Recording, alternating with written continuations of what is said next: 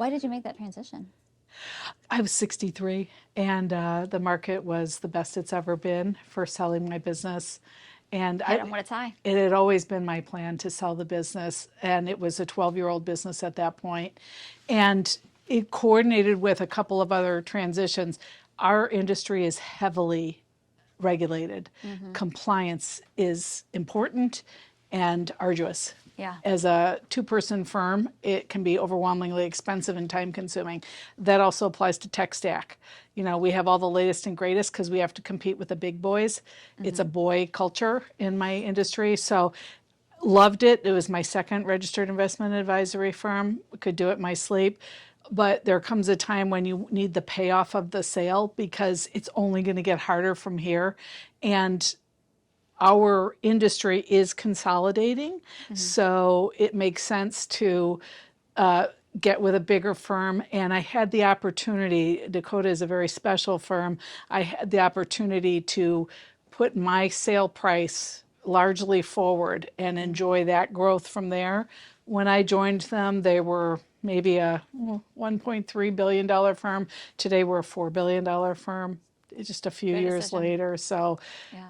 lucky, good timing, and it was the right thing to do for me because now I'm 66 and the world is opening up in terms of opportunities, and maybe I won't do this forever, although I might do something at Dakota for longer. Yeah, no, that's really smart.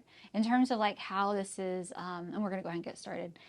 In terms of like how this is, has this changed anything for your clients? Well, in important ways, it got better for them because, you know, that old story about if you get hit by a bus. Well, I actually had an uncle that got hit by a bus Wow. in Chicago. I mean, he stepped off a curb one day and a CTA bus came and took him. It happens. But people make it sound as if you wouldn't be able to carry on. If my doctor, CPA, or lawyer gets hit by a bus, I'm going to call somebody else. I'll be sad and it'll be, a transition, but we all survive. So I think maybe they overplay that just a little bit. But for my clients, they got a huge investment team. They got a company that can afford to invest in the future in a way I never could as a two-person firm. They still get me and all that, 33 years of expertise and knowledge, all that good stuff. So I think they won big. I think it worked for everybody. I think Nice. Dakota got divorce expertise that they will exploit in the best way going Yeah. forward. So And so you talk about divorce expertise. Is that that's what we do. something you've always focused on from the beginning? Yeah, always. Why? Well, for most people going through it, it's the largest financial transaction of their life, whether they appreciate that at the beginning or not. Our reflex is to call attorneys. Some of my best friends are attorneys. This doesn't take anything away from them, but they can sometimes see it that way. And bless their hearts, they don't know money and they're not qualified to know money in the vast majority of cases. And yet they do it. So let's take Dick and Jane. If Jane, for example, still the one most frequently unfamiliar with her money, Jane's also still the only one that can have kids if the family decides to do that. Jane's the one that's going to step out of the workforce and endure that financial difference, which we can quantify. And now it's time for Dick and Jane to go forward. Well, there's nothing to be benefited from sinking Dick. That doesn't help the community, doesn't help the family, doesn't help the process. But we've got to elevate Jane's financial position to make a fair division to let them move forward. That's the work we do. And it's easy for us, difficult for Dick and Jane, nearly impossible for the attorneys to get right. And if we don't get it right, the state has an interest in getting it right because we're all going to pay Jane's bills going forward if we don't get it right. So I'm sure Jane's a wonderful person, but if there was enough in the marital estate, I don't want to pay her bills going forward. So that's where we need to get it right. And it makes sense. Wealth management shows up at people's transitions. We're buying a business, we're selling a business, we're retiring, we're getting a promotion. We show up everywhere. Why wouldn't we show up in the most important and substantial and earthquakey financial transaction of your life? It just doesn't make sense. So we're there. Now, what inspired you to specifically dive into this niche? So I was a child of divorce. We were always worried about losing our home. My dad took his paycheck pension and left four people behind with a mom who had been staying home, trained as a secretary, worked as a waitress, worked her way up to catering manager so we could keep our small 1,300 square foot home so we could go to the schools my grandparents went to. Fast forward, I move in with the guy I meet at 19 because I have absolutely no confidence and he seems to like me. And I stay for 28 years, 25 of those married. But the marriage dies early. I stay because we keep moving. I have children, dogs. We eventually get two homes. This is a postcard life I could never have imagined from where I started. Why would I upset this apple cart? As anyone who's been married long term, that it didn't work, you can fill in the blanks a million ways and they'd probably all be pretty close. But it was a phone call. So when I divorced, I had a registered investment advisory firm in Georgia. I sold that to a firm in Florida. I was moving down there to take over that firm. Long story short, it didn't work. The owner was not ready to sell. That was 2008. She ends up selling in 2017. So I'm glad I didn't wait all that time. But when I came up here, I started another registered investment advisory firm, and I got a phone call from a mom of four kids who had been divorced and was post-settlement. So we already know what she got in her settlement. Can you help me? Probably. Let me take a look. I take a look. She had been a homeowner for decades. She's now a renter. She does not have enough income that she's trying to make as a realtor. She cannot do it. The numbers don't work. Anyone who had been remotely familiar with personal finance would have been able to see that before she signed. But she wasn't familiar and she didn't see it and she signed.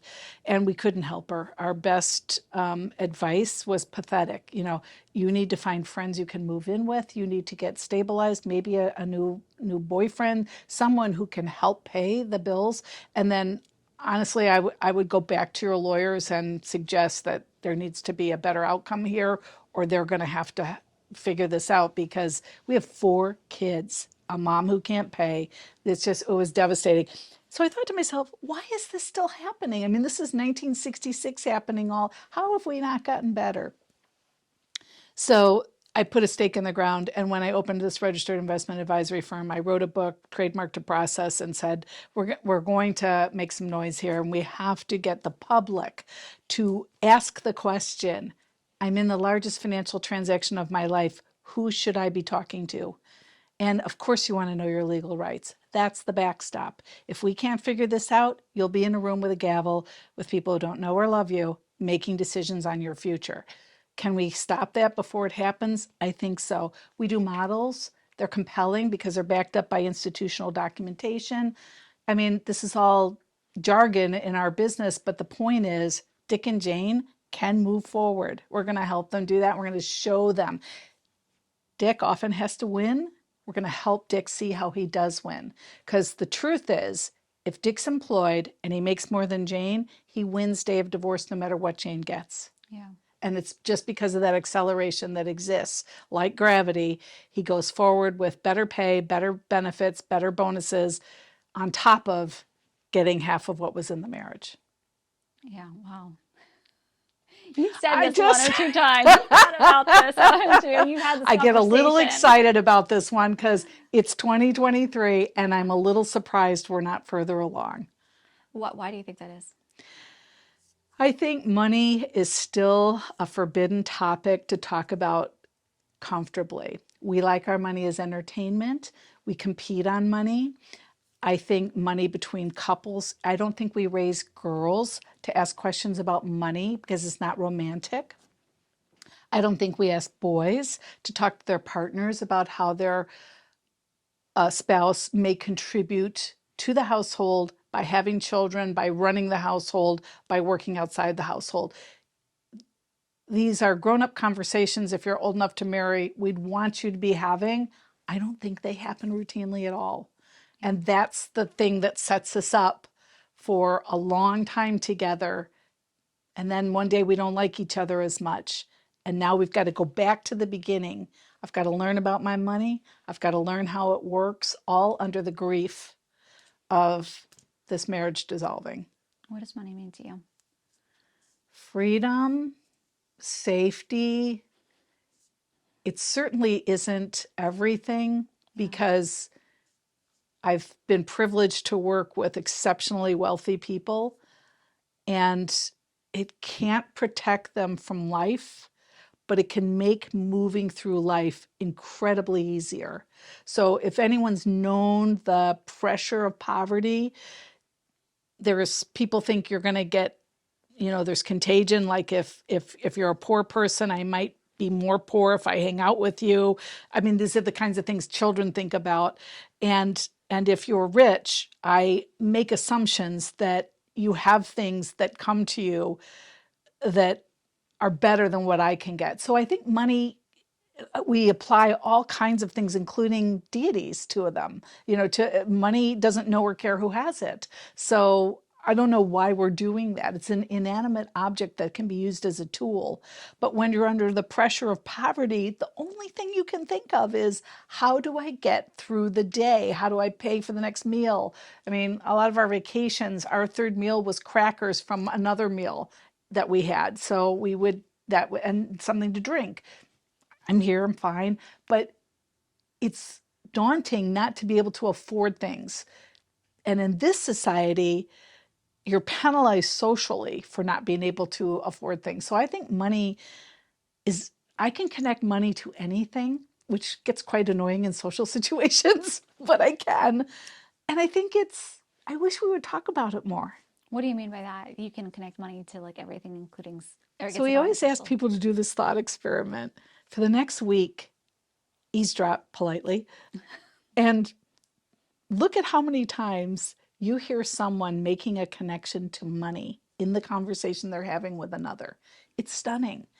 We're a little bit possessed by it, but we won't put our full attention to understanding it when it could lose some of its grip over us in a good way. If we understood it properly, If is we what you're saying. understood it properly, yeah. How do you go about understanding it properly? I think you need to, it's funny, in a world of financial advisors, we're not unlike realtors and some other service professions. We're tripping over each other in many business situations. But if you ask people if they have someone in the family that's a financial advisor, the answer is almost always, yeah, I got somebody I know. Well, take advantage of that. See what they know that they can tell you. We have had for many years financial literacy information available in every form known to man, whether it's video, audio, whatever, print. If it was as easy as taking in that information, we'd all be financially literate. It's difficult to do it that way. So I think it's ground combat. I think that it's person to person talking. If you're lucky enough to be born into a family where money is discussed, you have a chance of understanding it better. If you're not in a situation where money is being discussed, endeavor to find out more. The first place you start is, what do I cost in the world? What's the cost of me? It's a great exercise because you'll pull in things that apply to your life. And to me, the easiest way to teach children about money is just like we teach them about anything else we want them to grasp. You weave it through everything else. You don't sit them down for a money lesson. Oh, kill me now. I can't imagine a kid sitting for that. But if you're out and about, you're the restaurant, who's working, who's paying, who's buying, how did the food get there? There's so many opportunities to interject a financial aspect to get them thinking so that they ask a lot of questions. And if you don't know the answer, I guarantee there's a place to find it. So, what type of questions should the kids or young adults or adults be asking about money? Because you're talking about, who's paying, who's making it. Why does all of this matter? Because when you're a child, I'll give Dick and Jane another chance here. Dick goes out the door and brings back a lifestyle, and Jane disperses the lifestyle. If I'm the children in that marriage, I may have no connection to Yeah. the things that both people did. So Jane is in lieu of many other people that would normally be paid for that function. Dick is getting paid. We think he comes back with money. We don't know what Dick has endured to get that money. it's often quite a bit more than I might want if I'm Jane. So our roles are fine. But as a child, I have no idea how this interplay, I just know things happen. And as I grow into teendom, I start to accumulate things and they appear too. Car insurance, phones. So we do a mommy and me thing where we ask the tween or the teen to figure out how much they cost mom and dad. It's a fun exercise. There's no penalty for it, but it can be illuminating. And we've had feedback like, oh, my daughter, when we were at the doctor, asked me what the copay is. You go to the doctor, you think that like there's no exchange of money. Yeah. So digitally, we have an even bigger hurdle now because there's no exchange of money. We don't even count it back. We don't see it. So now we have a little bit bigger hurdle to understand what's being exchanged. But it is the grease of the world. So we want to understand it. And the reason why I asked is because I was curious personally, because I've got an 8-year-old. And see, I find it annoying, but I should stop finding it annoying. He asks about how much everything costs. I love that. You're right, though. Yeah. But it's because I'm now divorced, but it's between I'm me. sorry. It's okay. Between me and his dad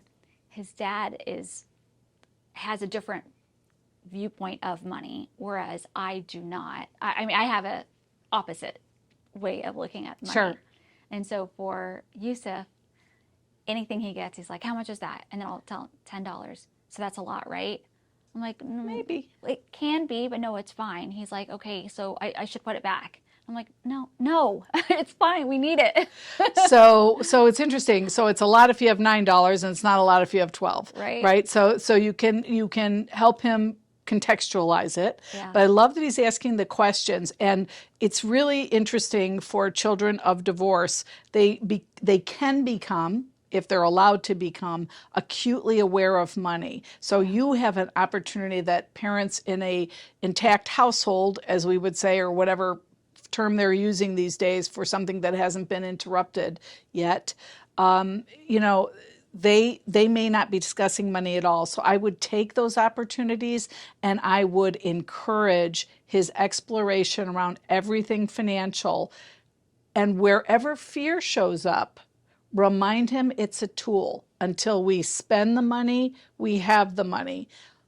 Why would we spend the money? Maybe we need it. Maybe we want it.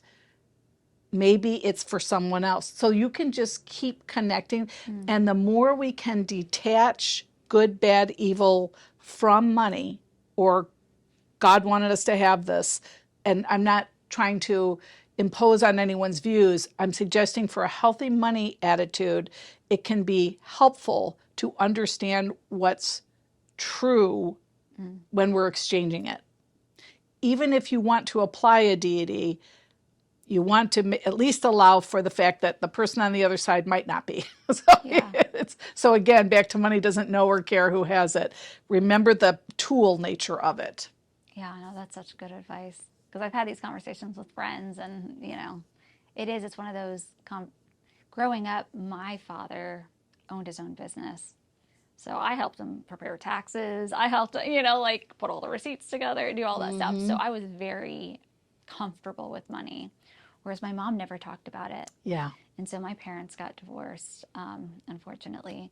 And, the way that I saw, I didn't realize, I've always had respect, obviously, for my mom, but I didn't realize how much she did. Right. Until she wasn't there anymore. Yes. Like with my dad, and he had to figure out how to even put together an outfit, Right, yeah. And I say I'm sorry, not because, and we're not proponents of divorce in any way, shape, or form. I really say it for the struggle that we all go through when we go through that transition. It's really important for people thinking about their divorcing friends, or if they're contemplating it themselves. When Dick and Jane make the choice to no longer be together, that's their choice. And once they make that choice, I think the community, whether it's people you hire or people you talk to, has a responsibility to help them get to the other side of that as best we can. So there's a lot in there, spiritual support and all kinds of support. But the money, because it's no one else's business, and it can be so fraught with embarrassment or shame. Maybe we didn't save right. Maybe I spent too much. There's so many things people put in it. There's a container around the dates of the marriage. That's what we're going to split. Outside of that is just, so we can stop making it worse than it is and just deal with it. And it doesn't have to go back to aspersions on either party unless Dick or Jane is preventing it from finishing. That's where we spend too much time. And we're always trying to convince Dick and Jane what we know to be true. The longer and harder we fight for something that's out of spite versus what Virginia or wherever we're standing would give us anyway, the smaller the numbers get. Yeah. Always your choice, but there are things worth fighting for too. So Dick or Jane could be a bad actor, and then we have a responsibility to our children and to ourselves to get what's fair. And fair, so there's so much history around divorce not being done well that I can imagine that anyone hearing me talk is going to those stories. But I would just say it's a whole new world, and people want to think about their money. I would say the missed opportunity is marrieds. So we've got married people who don't talk about their money, which can sometimes set them up for a division. Like, we would encourage more married people to raise their hand and say, one or both of us just doesn't have complete knowledge. So there's always this division of labor, right? Yeah. I'll do this, you do that. Perfectly understandable. But there's no reason in the world that both parties shouldn't have their retirement funded. Both parties shouldn't understand their health care. Both parties shouldn't have transportation that's reliable and safe. I mean, just go down the list. Yeah. That's how we see it. And if we could, I'm a big proponent of marriage, and it's the things that it can do for us, especially for children. But if we don't figure out how to talk about money as the foundation in the marriage, I think we keep it less attractive. Agreed. Yeah. And it is. It's a self-perpetuating cycle, right? Yeah. That's one of those things that like all our habits. Yeah. Yeah. Like everything. Yeah. Good or bad. Life is so much work. Right. So to kind of tie into which we were talking about at the very beginning, you talked about how now you're at Dakota. Mm-hmm. You sold your business. I did. Tell me a little bit about that. I know you sold another one as well, right? I did. I sold my previous RIA. I sold 2 RIAs. The firm that I didn't sell was my tax practice. Wasn't much to sell, and I honestly hadn't considered the concept at that time, early in my career. But I did sell it, and I also am a certified exit planning advisor. The reason that's important is there's a lot of things about selling a business that you want to make sure you cover. What you learn as a SEPA before I sold my own firm is that most firms never sell.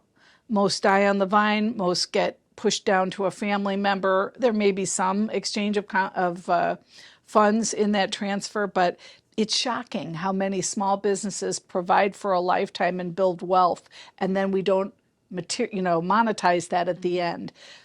And the process of getting a firm ready to sell, regardless of size, if it has revenue that can be monetized, is to think through that, right? So we're usually the thinking partner in that from a financial aspect.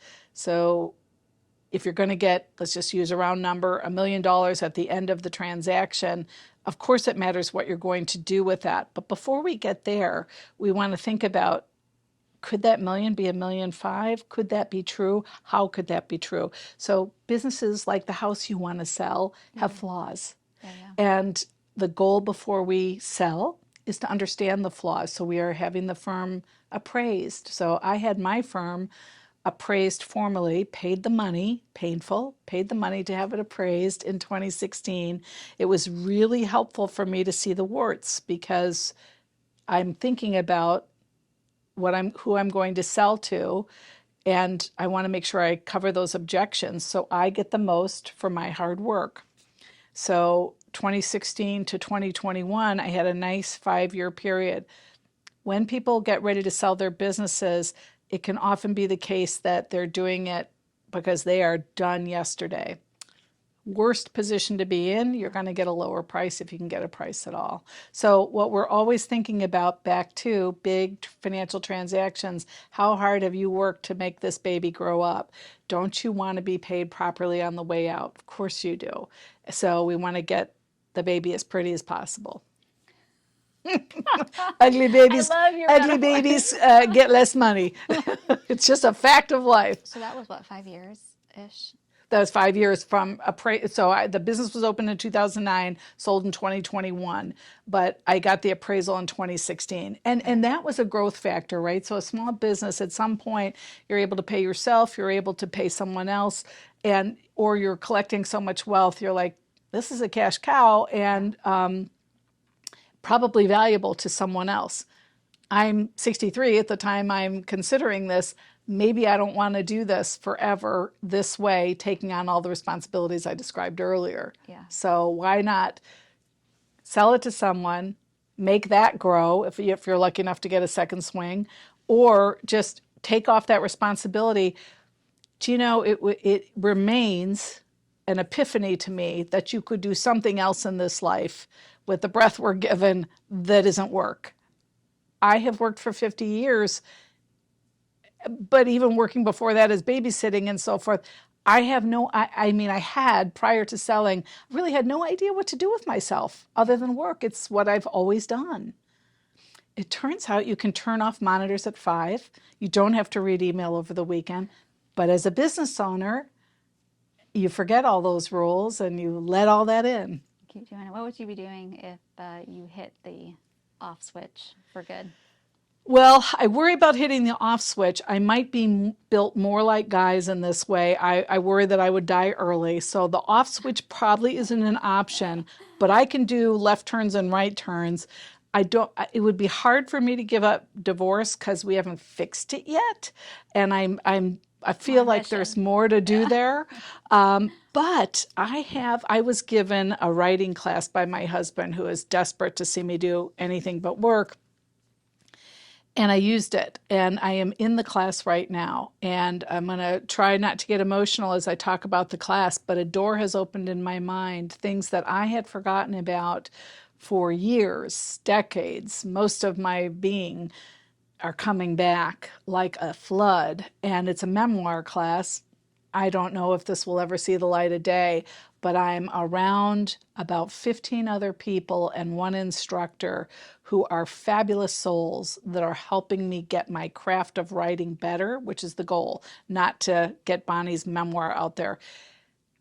Writing is so cathartic for me. I've always been writing. I have been lucky enough to be published, but this is an exploration of creating a story that's interesting for someone else. We all think our own stories are interesting, but now if you're crafting it for someone else, this is taking so much mind energy. I feel 10 years younger. I just didn't realize. And now that my eyes have been opened to, you don't have to work every day, all day at one thing, and that's all you can do. I'm like a kid in a candy store. I got my Library of Congress library card. Like, I just don't know where this is going to lead, but I'm annoyed that I didn't know about it earlier, and I'm thrilled that I know about it now. I'm excited. I want to take this class now. You just It's sold. Gotham Writers Workshop. Is this an online? It is online. Okay. You can go, so there's 3 different ways you can do it. You can take a short class. I didn't opt for that. This is a 10-week class. It's intensive. There are big responsibilities, both for writing and critiquing. You're part of the community for the 10 weeks. And then you can also run up to New York and do an all-day thing.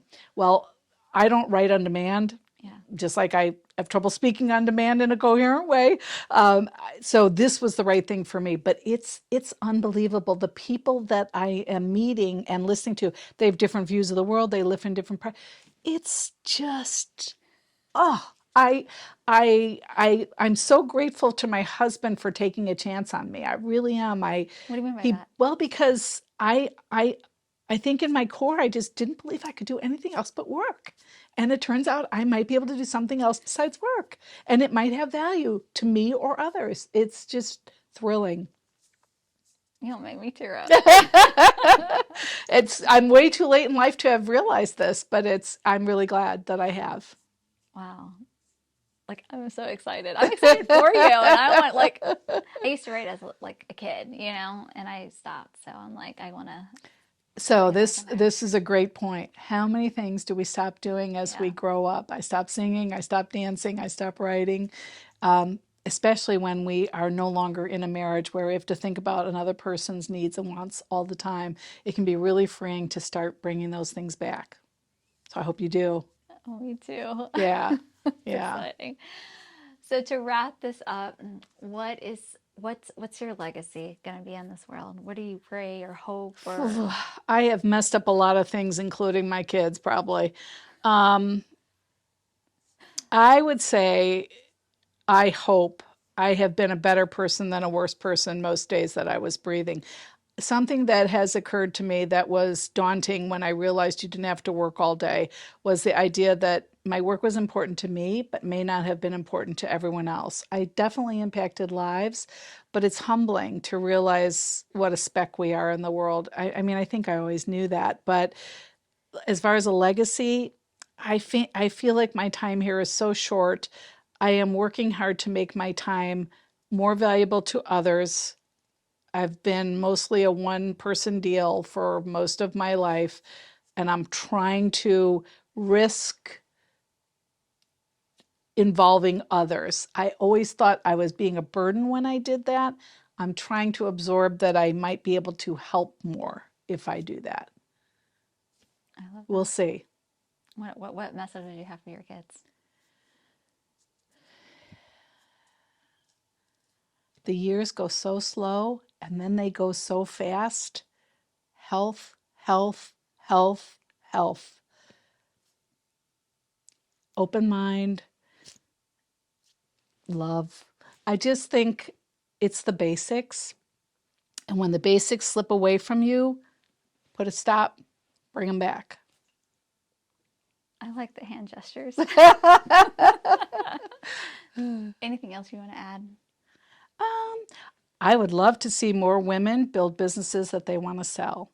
So if you're wondering what that looks like instead of a paycheck, we should either talk or you should think about exploring how that happens because I see a lot of smart women build businesses, maybe not for sale, but that can be the answer to a lot of financial needs, and it's not out of reach.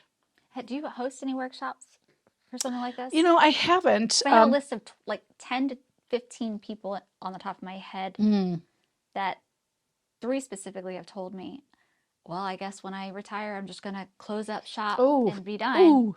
Well, we should put together a workshop for that because we do our divorce workshops every month, and they are the reason people find us. Yeah. It's an easy thing for us to do. It's mostly Q&A. There's no charge. It's not a commercial. It's really to help them get their arms around the process. I'd be happy to do the same thing. I always like people to have some investment in the time if we're spending our time doing that. So that could be a donation to something that's in the community, but I don't need their money for that reason. Be happy to share the knowledge. But I do think if that's holding someone up or if that's their conclusion, I'd love to see them revisit what it looks like if you build something you can sell. I think they just don't know it's a possibility. It's a possibility. Yeah. Yeah. All right, so we'll talk about setting Yeah. something up. Let's do All right, it. how can they find out more though? If they watch this video and they want to. So you could Google me. I'm so old. I come under a couple different names, the old married name and this one. But I'm at Dakota, WM.com. And I will say, in addition to me, we have trust and estate people, tax people. We have, I think, one of the best lineups of people. So if I'm not your cup of tea, think about wealth management as it's practiced a little bit differently than you might be familiar with. How could you not be everyone's cup of tea? You'd be surprised. I know at least one person I'm not. Thank you so much. He's in Texas. Old news. Thank you so much for being on the show. Oh, thank I you. appreciate all I your time appreciate and it. knowledge. Wonderful to speak with you.